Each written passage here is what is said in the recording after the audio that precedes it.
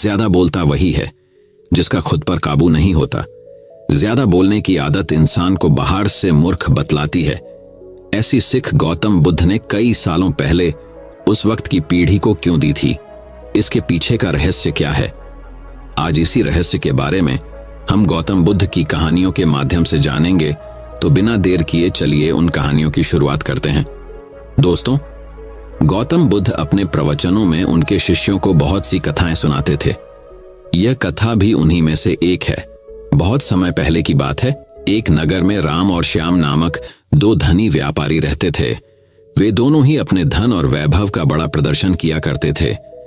एक दिन राम अपने मित्र श्याम के घर उससे भेंट करने के लिए गया।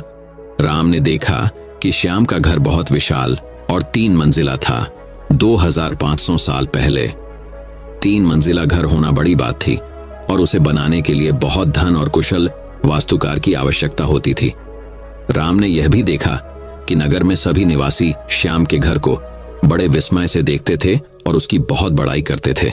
अपने घर वापसी पर राम बहुत उदास था कि श्याम के घर ने सभी का ध्यान खींच लिया था। उसने उसी वास्तुकार को बुलवाया जिसने श्याम का घर बनाया था। उसने वास्तुकार से श्याम के घर जैसा ही 3 मंजिला घर बनाने को कहा। वास्तुकार ने इस काम के लिए हामी भर दी और काम शुरू हो गया। कुछ दिनों बाद राम काम का मुआयना करने के लिए निर्माण स्थल पर जा पहुंचा। जब उसने नींव खोदे जाने के लिए मजदूरों को गहरा गड्ढा खोदते देखा तो वास्तुकार को बुलाया और पूछा कि इतना गहरा गड्ढा क्यों खोदा जा रहा है? मैं आपके बताए अनुसार 3 मंजिला घर बनाने के लिए काम कर रहा हूं। वास्तुकार ने कहा, सबसे पहले मैं मजबूत नींव बनाऊंगा, फिर क्रमशः पहली मंजिल, दूसरी मंजिल और तीसरी मंजिल बनाऊंगा। मुझे इस सब से कोई मतलब नहीं है। राम ने कहा, तुम सीधे ही तीसरी मंजिल बनाओ और उतनी ही ऊंची बनाओ जितनी ऊंची तुमने श्याम के लिए बनाई थी। नींव की और बाकी मंजिलों की परवाह मत करो। वास्तुकार ने कहा, ऐसा तो नहीं हो सकता। राम ने नाराज होकर कहा, ठीक है, यदि तुम यह नहीं करोगे तो मैं किसी और से करवा लूंगा। उस नगर में कोई भी वास्तुकार नींव के बिना वह घर नहीं बना सकता था। फलत वह घर कभी न बन पाया। अंततः किसी भी बड़े कार्य को संपन्न करने के लिए उसकी नींव सबसे मजबूत बनानी चाहिए एवं काम को योजनाबद्ध तरीके से किया जाना चाहिए। हमें इस कहानी से सीख मिलती है कि जल्दबाजी में किया गया या करवाया गया काम सफल नहीं हो पाता। वही दोस्तों, दूसरी कहानी कुछ इस प्रकार है। एक अत्यंत गरीब परिवार का एक बेरोजगार युवक नौकरी की तलाश में किसी दूसरे शहर जाने के लिए रेलगाड़ी से सफर कर रहा था। घर में कभी कभार ही सब्जी बनती थी, इसलिए उसने रास्ते में खाने के लिए सिर्फ रोटियां ही रखी थीं। आधा रास्ता गुजर जाने के बाद उसे भूख लगने लगी और वह टिफिन में से रोटियां निकालकर खाने लगा। उसके खाने का तरीका कुछ अजीब ही था। वह रोटी का एक टुकड़ा लेता और उसे टिफिन के अंदर कुछ ऐसे डालता मानो रोटी के साथ कुछ और भी खा रहा हो, जबकि उसके पास तो सिर्फ रोटियां थीं। उसकी इस हरकत को आसपास के और दूसरे यात्री देखकर हैरान हो रहे थे। वह युवक हर बार रोटी का एक टुकड़ा लेता और झूठ मूठ का टिफिन में डालता और खाता। सभी सोच रहे थे कि आखिर वह युवक ऐसा क्यों कर रहा था। आखिरकार एक व्यक्ति से रहा नहीं गया और उसने उससे पूछ ही लिया कि भैया, तुम ऐसा क्यों कर रहे हो? तुम्हारे पास सब्जी तो है ही नहीं, फिर रोटी के टुकड़े को हर बार खाली टिफिन में डालकर ऐसे खा रहे हो मानो उसमें सब्जी हो। तब उस युवक ने जवाब दिया, भैया, इस खाली ढक्कन में सब्जी नहीं है, लेकिन मैं अपने मन में यह सोचकर खा रहा हूं कि इसमें बहुत सारा अचार है। मैं अचार के साथ रोटी खा रहा हूं। फिर व्यक्ति ने पूछा, खाली ढक्कन में अचार सोचकर सूखी रोटी को खा रहे हो, तो क्या तुम्हें अचार का स्वाद आ रहा है? हाँ, बिल्कुल आ रहा है। मैं रोटी के साथ अचार सोचकर खा रहा हूं और मुझे बहुत अच्छा भी लग रहा है, युवक ने जवाब दिया। उसके इस बात को आसपास के यात्रियों ने भी सुना और उन्हीं में से एक व्यक्ति बोला, जब सोचना ही था तो तुम अचार की जगह पर मटर पनीर सोचते, शाही गोभी सोचते, तुम्हें इनका स्वाद मिल जाता। तुम्हारे कहने के मुताबिक तुमने अचार सोचा तो अचार का स्वाद आया, तो और स्वादिष्ट चीजों के बारे में सोचते तो उनका स्वाद आता। सोचना ही था तो भला छोटा क्यों सोचे? तुम्हें तो बड़ा सोचना चाहिए था। बड़ी सोच तुम्हें बड़े फल की प्राप्ति के लिए तुमसे कार्य कराती। इसलिए जीवन में कभी छोटा मत सोचो। जितना बड़ा लक्ष्य सोचकर उस लक्ष्य के लिए कार्य करोगे, उतना ही बड़े फल की प्राप्ति होगी। जब तक चांद तक पहुंचने का लक्ष्य नहीं रखोगे, तब तक तारों तक भी नहीं पहुंच पाओगे। दोस्तों, यह कहानी हमें सिखाती है कि लक्ष्य हमेशा बड़ा होना चाहिए, जब बड़े लक्ष्य तक छलांग मारोगे तभी जीवन में बड़ी चीजें प्राप्त होना संभव है। अब दोस्तों, तीसरी कहानी की शुरुआत कुछ प्रकार होती है। एक बार एक राजा शिकार के उद्देश्य से अपने काफिले के साथ किसी जंगल से गुजर रहा था। दूर दूर तक उसे शिकार नजर नहीं आ रहा था। वे धीरे धीरे घनघोर जंगल में प्रवेश करता गया। अभी कुछ ही दूर गए थे कि उन्हें कुछ डाकुओं के छिपने की जगह दिखाई दी। जैसे ही वो उसके पास पहुंचे, पास के पेड़ पर बैठा तोता बोल पड़ा, पकड़ो पकड़ो, एक राजा आ रहा है, इसके पास बहुत सारा सामान है, लूटो लूटो, जल्दी आओ जल्दी आओ। तोते की आवाज सुनकर सभी डाकू राजा की ओर दौड़ पड़े। डाकुओं को अपनी ओर आते देखकर राजा और उसके सैनिक दौड़कर भाग खड़े हुए। भागते भागते कोसों दूर निकल गए। सामने एक बड़ा सा पेड़ दिखाई दिया। कुछ देर सुस्ताने के लिए उस पेड़ के पास चले गए। जैसे ही पेड़ के पास पहुंचे कि उस पेड़ पर बैठा तोता बोल पड़ा, आओ राजन, हमारे साधु महात्मा की कुटिया में आपका स्वागत है। अंदर आइए, पानी पीजिए और विश्राम कर लीजिए। तोते की इस बात को सुनकर राजा हैरत में पड़ गया और सोचने लगा कि एक ही जाति के दो प्राणियों का व्यवहार इतना अलग अलग कैसे हो सकता है। राजा को कुछ समझ नहीं आ रहा था। वह तोते की बात मानकर अंदर साधु की कुटिया की ओर चला गया।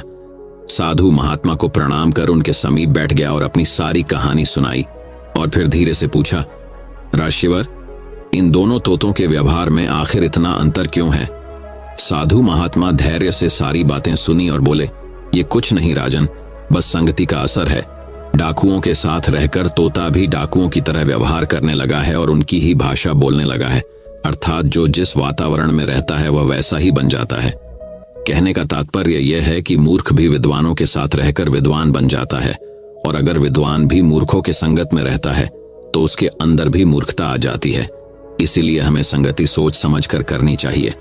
अब दोस्तों, चौथी कहानी कुछ इस प्रकार शुरू होती है। एक गांव में एक बुढ़िया रहती थी जिसका एक पुत्र था। दोनों ही निर्धन थे और बहुत ही कठिनाई में जीवन व्यतीत कर रहे थे। एक दिन बुढ़िया के पुत्र ने अपनी माता से कहा कि यहाँ पर तो मेरे लिए कोई काम है नहीं, आप मुझे अनुमति दीजिए ताकि मैं किसी दूसरे नगर जाऊं। हो सकता है कि वहां पर मुझे कोई काम मिल जाए और मैं पैसा कमाकर वापस आऊं। बूढ़ी मां ने अपने बेटे को एक सिक्का दिया और थोड़ी सी रोटी भी यात्रा मार्ग के लिए दे दी। इसके बाद उसने अपने पुत्र को विदा किया। बुढ़िया का बेटा चलते चलते एक बाजार पहुंचा। वहां पर उसने एक बूढ़े भिखारी को देखा। वह चिल्ला चिल्ला कर कह रहा था कि है कोई जो मेरे जीवन के अनुभव को एक सिक्के में खरीदे। कोई भी उस बूढ़े भिखारी की बात नहीं सुन रहा था। इसी उस युवक ने सोचा कि मेरे पास एक सिक्के के अतिरिक्त कुछ भी नहीं है, क्यों ना यह सिक्का मैं इस बूढ़े को दे दूं। उसने यह सोचते हुए वह सिक्का बूढ़े को दे दिया। सिक्का देते समय युवक ने उस बूढ़े से कहा कि अब तुम मुझको अपने जीवन का अनुभव बताओ। बूढ़े ने कहा कि कोई भी अपनी वर्तमान स्थिति से संतुष्ट नहीं है। वह सोचता है कि इस स्थान से किसी दूसरे स्थान पर जाऊं ताकि मेरी स्थिति बेहतर हो जाए। बूढ़े ने कहा कि मेरे हिसाब से तो वह स्थान उचित है जहां पर मन को शांति मिले। प्रसन्नता महत्वपूर्ण है, न कि स्थान। बूढ़े की बात सुनने के पश्चात युवा आगे बढ़ गया और चलते चलते एक जंगल में पहुंचा। वहां पर उसने देखा कि बहुत से लोग एक कुएं के किनारे जमा हैं। उसने उन लोगों से पूछा कि क्या हुआ। लोगों ने कहा कि इस आशा के साथ हमारा कारवां यहां पर आया था कि इस कुएं से पानी निकालकर पिएगा। अब हम स्वयं प्यासे हैं और हमारे पशु भी प्यासे हैं। हमने कुएं से पानी निकालने के लिए कई बार रस्सी में बाल्टी बांधकर कुएं में डाली और हर बार रस्सी टूट गई और बाल्टी कुएं में गिर गई। अंत में हमने एक व्यक्ति को कुएं में भेजा ताकि वह हमारी बाल्टियों को वापस ले आए, किंतु वह भी वापस नहीं आया। पता नहीं कुएं में क्या है। युवक जो अपने घर से काम के लिए ही निकला था, उसने यह सोचा कि इन लोगों को अपनी योग्यता और क्षमता को प्रदर्शित करने का यह बहुत अच्छा अवसर है। हो सकता है कि कारवां के लोग इसे देखकर मुझे कोई काम सौंप दें। उसने कारवां वालों को संबोधित करते हुए कहा कि यदि आप अनुमति दें तो मैं कुएं में जाकर देखूं कि वहां पर क्या है। कारवां वालों ने उसे तुरंत ही कुएं में जाने की अनुमति दे दी, क्योंकि वे स्वयं इस कार्य से डर रहे थे। उन्होंने युवक की कमर में रस्सी बांधी और उसे कुएं में भेज दिया। वह दीवार के सहारे धीरे धीरे कुएं में उतर रहा था। जैसे ही वह पानी के निकट पहुंचकर बाल्टियों को ढूंढने का प्रयास कर रहा था, एकदम से उसने एक बहुत बड़े काले देव को देखा। देव ने उससे कहा कि तुम यहां पर क्या कर रहे हो। देव को देखकर नौजवान डर गया। उसने देव को सलाम किया। इस पर देव हंसा और बोला, सलाम सुरक्षा लाता है। तुम मुझको एक सज्जन युवक लग रहे हो, मैं तुमसे एक प्रश्न करना चाहता हूं। यदि तुमने मेरे प्रश्न का सही उत्तर दे दिया तो मैं तुम्हें यह अनुमति दूंगा कि कुएं से पानी लेकर सुरक्षित वापस चले जाओ।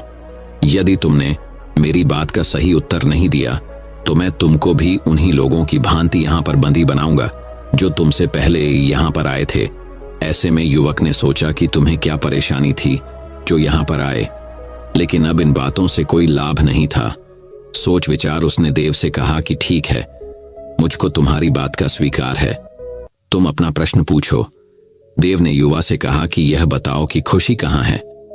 देव का प्रश्न सुनकर युवा ने कहा कि मालूम है कि खुशी तो धरती पर ही है। फिर उसने सोचा कि यदि मैं उसको यही उत्तर दूंगा तो हो सकता है कि उसे बुरा लगे, क्योंकि उसका घर तो अंधेरे कुएं में है। अभी वह यह सोच ही रहा था कि युवक को बूढ़े फकीर की बात याद आई। बूढ़े की बात जैसे ही उसके मन में आई वह बहुत प्रसन्न हुआ। इसके बाद उसने देव से कहा कि जानते हो खुशी कहाँ है? जहां पर मन प्रसन्न है वहीं पर खुशी है। उसकी बात सुनकर देव बहुत प्रसन्न हुआ। उसने कहा कि तुम्हारी बातों से पता चलता है कि तुम बहुत समझदार और अनुभवी हो। तुमसे पहले जिससे मैंने यह प्रश्न किया था उसने मुझसे कहा था कि धरती पर पाए जाने वाले बाग खुशी का स्थल है, जबकि मुझको तो यही स्थान अच्छा लगता है और मैं इसे ही पसंद करता हूं। देव ने कहा कि जाओ, बाल्टियों को ले जाओ, मैं तुमको 3 अनार दूंगा। जब तक अपने घर न पहुंच जाना, किसी से भी इस बारे में कोई बात नहीं करना। युवक ने देव का आभार व्यक्त किया, बाल्टियों को पानी से निकालकर एकत्रित किया और उनको पानी से भरकर वापस ऊपर भेज दिया। उसके बाद वह भी कुएं से सुरक्षित वापस निकल आया। बाहर आने के बाद उसने देव की कहानी कारवां वालों को सुनाई, किंतु अनार के बारे में उसने उनसे कुछ भी नहीं कहा। कारवां वालों से उसका आभार व्यक्त किया। फिर युवक कारवां के साथ अपने नगर वापस आ गया। जब वह अपने नगर पहुंचा तो कारवां वालों ने उसे एक गाय और भेड़ उपहार स्वरूप दी। उन्होंने कहा कि हम कुछ समय तक तुम्हारे नगर में रहेंगे। जब हम यहाँ से वापस जाएंगे तो तुम भी हमारे साथ आ सकते हो और हमारे लिए काम कर सकते हो। इसके बाद युवक ने कारवां वालों से विदा ली और अपने घर की ओर चल पड़ा। अपने पुत्र को देखकर उसकी माता बहुत प्रसन्न हुई। उसने कहा कि बहुत अच्छा हुआ कि तुम आ गए, मुझको तो आशा नहीं थी कि तुम इतनी जल्दी वापस आ जाओगे। युवक ने कहा कि अब तक मुझे एक गाय और एक भेड़ उपहार में मिल चुकी है। कुछ दिनों के बाद अब मैं कारवां वालों के साथ उनके जा सकता हूँ और उनके लिए काम कर सकता हूँ। रात को माँ और बेटे ने खाना खाया। माँ थकी हुई थी, अंततः जल्द सो गई। युवक ने अपनी जेब से एक अनार निकाला और उसका एक टुकड़ा काटा। अनार के दाने बहुत चमक रहे थे, जो जगमगाते रत्न की भांति थे। युवक को पता चला कि अनार के दाने बहुमूल्य रत्न हैं। ये जानकर वह बहुत खुश हुआ। वह कारवां के साथ यात्रा पर नहीं गया। उसने कुछ रत्न लिए और उन्हें जाकर बाजार में बेच दिया। उनसे मिलने वाले पैसों से उसने एक दुकान खरीदी और व्यापार आरंभ किया। जब भी लोग किसी ऐसे व्यक्ति को देखते हैं जो अनुपयुक्त स्थान पर रहता हो या उसकी आय कम हो और बड़ी कठिनाइयों में जीवन व्यतीत करता हो, ऐसे व्यक्ति को कोई मूल्यवान नहीं समझता। लेकिन जीवन के सबसे बड़ी सीख ये कहानी हम बताती है, वो है खुशी वहीं पर है जहां मन प्रसन्न हो। दोस्तों, अब 5वीं कहानी कुछ इस प्रकार शुरू होती है। एक बार की बात है, एक गांव में एक सेठ रहता था। उसका एक ही बेटा था जो व्यापार के काम से परदेश गया हुआ था। सेठ की बहू एक दिन कुएं पर पानी भरने गई। घड़ा जब भर गया तो उसे उठाकर कुएं के मुंडेर पर रख दिया और अपना हाथ मुंह धोने लगी। तभी कहीं से 4 राहगीर वहां आ पहुंचे। एक राहगीर बोला, बहन, मैं बहुत प्यासा हूं, क्या मुझे पानी पिला दोगी? सेठ की बहू को पानी पिलाने में थोड़ी झिझक महसूस हुई, क्योंकि वह उस समय कम कपड़े पहने हुए थी। उसके पास लौटा या ग्लास भी नहीं था जिससे वह पानी पिला देती। इसी कारण वहां उन राहगीरों को पानी पिलाना उसे ठीक नहीं लगा। बहू ने उससे पूछा, आप कौन हैं? राहगीर ने कहा, मैं एक यात्री हूं। बहू बोली, यात्री तो संसार में केवल 2 ही होते हैं, आप उन दोनों में से कौन हैं? अगर आपने मेरे इस सवाल का सही जवाब दे दिया तो मैं आपको पानी पिला दूंगी, नहीं तो मैं पानी नहीं पिलाऊंगी। बेचारा राहगीर उसकी बात का कोई जवाब नहीं दे पाया। तभी दूसरे राहगीर ने पानी पिलाने की विनती की। बहू ने दूसरे राहगीर से पूछा, अच्छा तो आप बताइए कि आप कौन हैं? दूसरा राहगीर तुरंत बोल उठा, मैं तो एक गरीब आदमी हूं।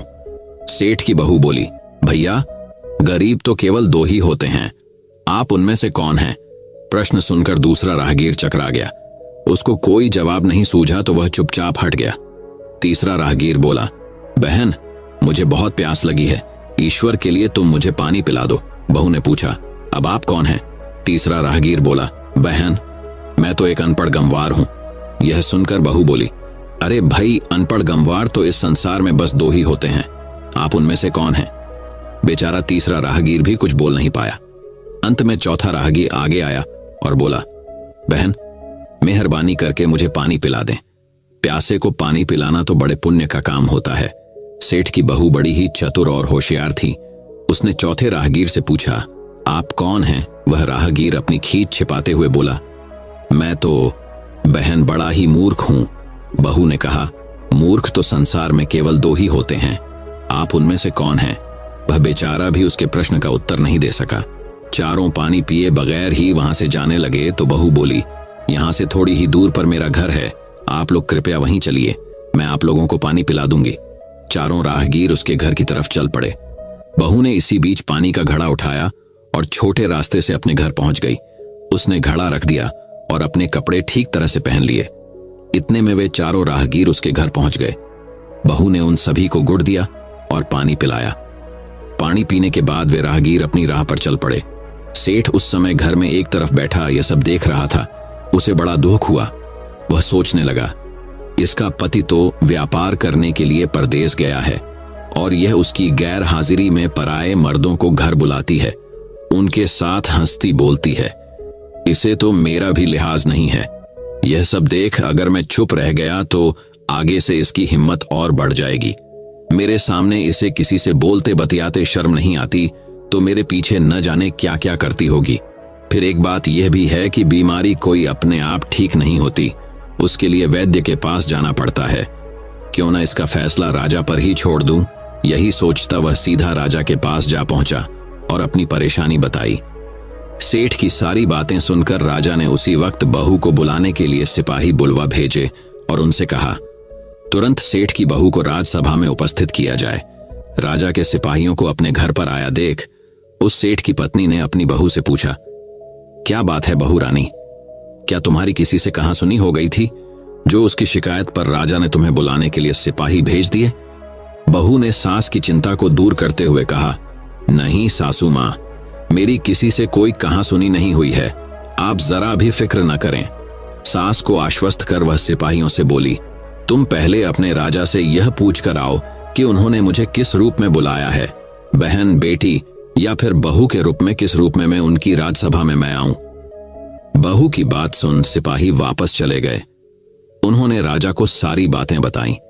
राजा ने तुरंत आदेश दिया कि पालकी लेकर जाओ और कहना कि उसे बहू के रूप में बुलाया गया है। सिपाहियों ने राजा की आज्ञा के अनुसार जाकर सेठ की बहू से कहा, राजा ने आपको बहू के रूप में आने के लिए पालकी भेजी है। बहू उसी समय पालकी में बैठकर राजसभा में जा पहुंची। राजा ने बहू से पूछा, तुम दूसरे पुरुषों को घर क्यों बुला लाई जबकि तुम्हारा पति घर पर नहीं है? बहू बोली, महाराज, मैंने तो केवल कर्तव्य का पालन किया। प्यासे पथिकों को पानी पिलाना कोई अपराध नहीं है, यह हर गृहिणी का कर्तव्य है। जब मैं कुएं पर पानी भरने गई थी तब तन पर मेरे कपड़े अजनबियों के सम्मुख उपस्थित होने के अनुरूप नहीं थे। इसी कारण उन राहगीरों को कुएं पर पानी नहीं पिलाया। उन्हें बड़ी ही प्यास लगी थी और मैं उन्हें पानी पिलाना चाहती थी, इसीलिए उनसे मैंने मुश्किल प्रश्न पूछे और जब वे उनका उत्तर नहीं दे पाए तो उन्हें घर बुला लाई। घर पहुंचकर ही उन्हें पानी पिलाना उचित था। राजा को बहू की बात ठीक लगी। राजा को उन प्रश्नों के बारे में जानने की बड़ी उत्सुकता हुई जो बहू ने चारों राहगीरों से पूछे थे। राजा ने सेठ की बहू से कहा, भला मैं भी तो सुनूं कि वे कौन से प्रश्न थे जिनका उत्तर वे लोग नहीं दे पाए। बहू ने तब वे सभी प्रश्न दोहरा दिए। बहू के प्रश्न सुन राजा और सभासद चकित रह गए। फिर राजा ने उससे कहा, तुम खुद ही इन प्रश्नों के उत्तर दो, हम अब तुमसे यह जानना चाहते हैं। बहू बोली, महाराज, मेरी दृष्टि में पहले प्रश्न का उत्तर है कि संसार में सिर्फ दो ही यात्री हैं, सूर्य और चंद्रमा। मेरे दूसरे प्रश्न का उत्तर है कि बहू और गाय इस पृथ्वी पर ऐसे दो प्राणी हैं जो गरीब हैं। अब मैं तीसरे प्रश्न का उत्तर सुनाती हूँ। महाराज, हर इंसान के साथ हमेशा अनपढ़ गंवारों की तरह जो हमेशा चलते रहते हैं वे हैं भोजन और पानी। चौथे आदमी ने कहा था कि वह मूर्ख है और जब मैंने उससे पूछा कि मूर्ख तो दो ही होते हैं तुम उनमें से कौन से मूर्ख हो, तो वह उत्तर नहीं दे पाया। इतना कहकर वह चुप हो गई। राजा ने बड़े आश्चर्य से पूछा, क्या तुम्हारी नजर में इस संसार में सिर्फ 2 ही मूर्ख हैं महाराज? इस घड़ी, इस समय मेरी नजर में सिर्फ 2 ही मूर्ख हैं। राजा ने कहा, तुरंत बतलाओ कि वे 2 मूर्ख कौन हैं। इस पर बहू बोली, महाराज मेरी जान बख्श दी जाए तो मैं इसका उत्तर दूं। राजा को बड़ी उत्सुकता थी यह जानने की कि वे 2 मूर्ख कौन हैं। सो उसने तुरंत बहू से कह दिया, तुम निसंकोच होकर कहो, हम वचन देते हैं तुम्हें कोई सजा नहीं दी जाएगी। बहू बोली, महाराज मेरे सामने इस वक्त बस 2 ही मूर्ख हैं। फिर अपने ससुर की ओर हाथ जोड़कर कहने लगी, पहले मूर्ख तो मेरे ससुर जी हैं, जो पूरी बात जाने बिना ही अपनी बहू की शिकायत राज दरबार में की। अगर इन्हें शक हुआ ही था तो ये पहले मुझसे पूछ तो लेते, मैं खुद ही इन्हें सारी बातें बता देती। इस तरह घर परिवार की बेइज्जती तो नहीं होती। ससुर को अपनी गलती का एहसास हुआ। उसने बहू से माफी मांगी। बहू चुप रही। राजा ने तब पूछा, और दूसरा मूर्ख कौन है? बहू ने कहा, दूसरा मूर्ख खुद इस राज्य का राजा है, जिसने अपनी बहू की मान मर्यादा का जरा भी ख्याल नहीं किया और सोचे समझे बिना ही बहू को भरी राजसभा में बुलवा लिया। बहू की बात सुनकर राजा पहले तो क्रोध से आग बबूला हो गया, परंतु तभी सारी बातें उसकी समझ में आ गईं। समझ में आने पर राजा ने बहू को उसकी समझदारी और चतुराई की सराहना करते हुए उसे ढेर सारे पुरस्कार देकर सम्मान सहित विदा किया।